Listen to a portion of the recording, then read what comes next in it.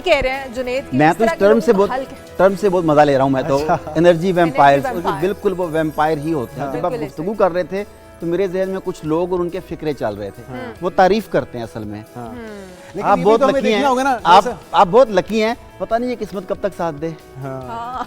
आज तो बड़े फ्रेश हैं या। लेकिन हालात का तो पता ही है एंड ना में आपको। बेड़ा गर्क कर देते हैं आप। मेरे मोराल का भी। लिटरली मेरे फादर का ऑपरेशन था प्रोस्टेट ग्लैंड का। तो मैं उनके पास मतलब मैंने ईयर्स बैक तो एक आदमी इयादत के लिए आया, कहता है सिद्दीकी साहब माशाल्लाह आपका चेहरा तो बड़ा लाल है, फिट हो गया, आप तो ज़बरदस्त हो गया।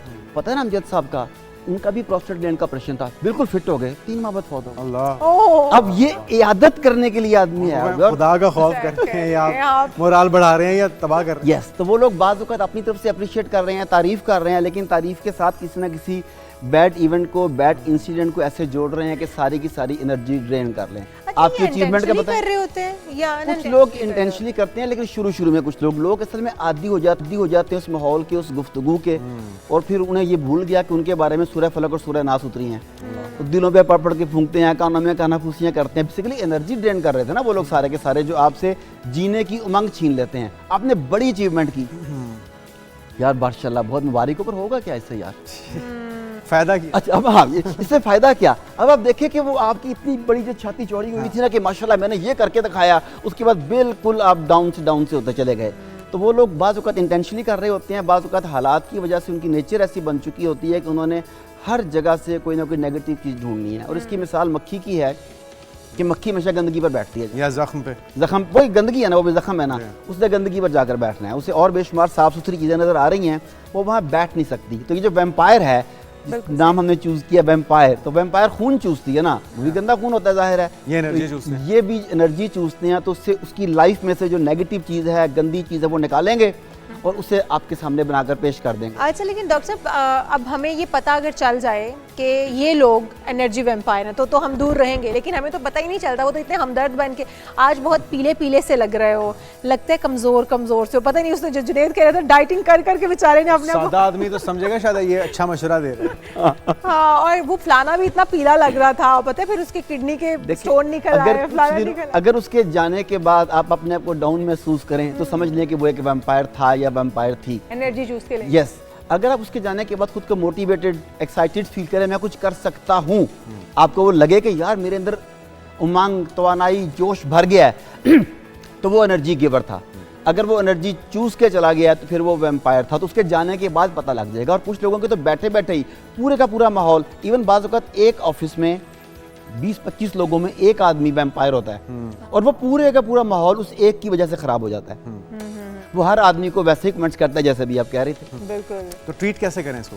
देखें, इस तरह के तमाम लोगों के साथ दो ही चीज़ें होती हैं, उनसे लड़ने की बजाय उन्हें अवॉइड करें तो ज़्यादा बेहतर है। उन्हें ठीक करने की कोशिश ना करें। आप ट्रेंड नहीं हैं, आप उस चक्कर में अपना बेड़ा गर्क ना हो। हाँ, आप रीच को सदाने के लिए चले हैं तो आपको रीच को हैंडल करना नहीं आता तो आपको गंदा कर देगा। सही है। तो बेहतर तो यह है कि उसे अवॉइड करें, अपने टाइम की बाउंड्रीज मुकर्रर करें, प्रोफेशनल बाउंड्रीज मुकर्रर करें, उसे उसकी लिमिट्स को क्रॉस मत करने दें, टू द पॉइंट बात करें, प्रीसाइज बात करें, ज़्यादा हंसी मजाक की ज़रूरत नहीं है। वो हर चीज़ में आपके लिए कोई ना कोई नेगेटिव चीज़ निकाल लेगा। वो अंग्रेजी का मुहावरा है, अगर एग्जैक्ट याद आ जाए तो वो कहते हैं कि don't argue with a bull, he will drag you down to his level and in mud he will beat you with experience। मट्टी में लड़ना उसका एक्सपीरियंस है, जब आप उससे रेसलिंग करेंगे ना, उसका एक्सपीरियंस उस लेवल पे लड़ना, वो आपको नीचे खींच लेगा, फिर आप भी उस जैसे हो जाएंगे। अच्छा, अब ये तो आरिफ सिद्दीकी साहब, ये तो हो गया प्रोफेशनलिज्म जिसमें आप अवॉइड कर सकते हैं। अब आपके रिश्तेदारों में, दोस्त अहबाब में, आपके फैमिली टर्म्स में, आपके इन लॉज हैं, आपके मैके वाले हैं, मतलब आपके अपने अगर घर में ऐसे लोग मौजूद हैं और आपकी तारीफ़ भी इस तरह से करते हैं कि उसमें तनकीद ज़्यादा और तारीफ़ कम नज़र आती है, तो फिर उन लोगों के साथ तो आप ना तो अवॉइड कर सकते हैं, आपको रिश्ते भी निभाने हैं, ताल्लुक़ ख़राब हो जाएगा, बोलना बंद कर देंगे और अवॉइड करेंगे और प्रिसाइज बात करेंगे, तो वहाँ पर क्या नहीं, किया? देखिए, छोड़ना जो है वो ताल्लुक़ को ख़राब करने वाली बात है ना। जो आपके इंटीमेट रिलेशन हैं, इमीडिएट रिलेशन हैं, जिन्हें आप छोड़ नहीं सकते, घर में साथ रहना मजबूरी है आपकी, उनके साथ टाइम को तो कम किया जा सकता है। अपने मुस्बत फ़िक्रों से थोड़ा माहौल को बेहतर बनाने की कोशिश की जा सकती है, लेकिन अगर आप उधर बैठ के खुद को नेगेटिव कर लिया, फिर आपकी वजह से आपकी वर्क प्लेस भी नेगेटिव होगी। मैं तो हमेशा ये कहता हूँ कि कुछ लोगों से फासला बरकरार रखना ज़रूरी होता है। ज़रूरी है। या तो आपने बाकायदा ट्रेनिंग ली हो इस चीज़ की कि टॉक्सिक पीपल से कैसे डील करना है। अच्छा, लेकिन तो आप ट्रेंड नहीं है इस चीज़ के लिए, तो फिर मारे आपकी जाएंगे इस बात से ये याद आया कि अगर वो टॉक्सिक पीपल, वो जारी बात है किसी ना किसी के हस्बैंड भी होंगे, किसी ना किसी की वाइफ भी होंगी, तो उस बेचारे का क्या कसूर? वो क्या करे? वो किस तरह से डिस्टेंस मेंटेन रखे और किस तरह से उनको अवॉइड करे? अच्छा, उस पर जैसा मैंने कहा कि टू द पॉइंट्स बात करें, गैर जरूरी बातें ना करें। आपको पता लग जाता है कि ये चीज़ें इसे ट्रिगर करती हैं। इससे पता है कि जब मैंने इनकी तारीफ़ करनी है ना, इससे कि तारीफ़ बर्दाश्त नहीं होनी। आपको अंदाज़ा हो जाता है ना उस चीज़ से। मैंने सक्सेस की बात करनी है किसी आदमी की, अपनी सक्सेस की। मज़े की बात है, लाइफ पार्टनर्स में भी ऐसे केसेस आते हैं कि लाइफ पार्टनर अपनी लाइफ पार्टनर की कामयाबी बर्दाश्त नहीं कर रहा। उसकी किसी ने तारीफ़ कर दी, उससे किसी ने बताया कि भी मेरी स्कूलिंग ऐसी थी, मेरी एजुकेशन ऐसी थी। अब उसकी अगर ऐसी नहीं थी तो वो खुश हो कि मेरी ये चीज़ मिस हो गई थी, अब मेरी लाइफ पार्टनर में ये चीज़ मिल गई, अब हम दोनों मिलके बच्चों को कितना अच्छा परवान चढ़ाएंगे। वो कम्प्लेक्स में चला गया था और कम्प्लेक्स में आने के बाद उसकी उस खास अचीवमेंट को क्रिटिसाइज करना शुरू कर देता है। तो फिर उन टॉपिक्स को अवॉइड किया जाए और थोड़ा थोड़ा कतरा कतरा रोजाना, क्योंकि लाइफ पार्टनर ने मुसलसल साथ रहना है। तो अगर 10 साल भी लग जाए आपको कतरा कतरा कतरा डाल के उसे बदलने में, तो आपको मेहनत जारी रखनी चाहिए और आपका कतरा कतरा असर डालेगा। अच्छा आरिफ साहब, अगर कोई एक तो है नेगेटिविटी आपके अंदर फैलाने वाले, कुछ लोग ऐसे भी होते हैं आपके इर्द गिर्द या अचानक आपकी ज़िंदगी में आ जाते हैं जो कि आपकी चेहरे पर मुस्कुराहट ले आते हैं। आप बड़े सैड बैठे होंगे, आपकी एनर्जी बिल्कुल ड्रेन हो चुकी होगी और आप बड़े मूड के साथ खराब के साथ बैठे होंगे, लेकिन कुछ लोगों की एंट्री है, उनके अल्फाज ऐसे होंगे कि आपको जो है ना एकदम से खुशगवार माहौल में ले आएंगे। मैं भी सैटरडे की बात है, मैं एक कैफे में बैठी हुई अपनी फैमिली के साथ, बच्चों के साथ, और मैं क्योंकि अपने शौहर के साथ नाराज थी, मैं बड़ा मूड ऑफ करके बैठी हुई हूँ। आप शौहर से नाराज थी? जी, कितने लकी है वैसे वो। अगर वो देख रहे हैं तो मैं आपको मतलब मुबारकबाद देता हूँ कि you have few days of peace. अच्छा, मैं साइलेंट ट्रीटमेंट पे थी और मैं खामोश।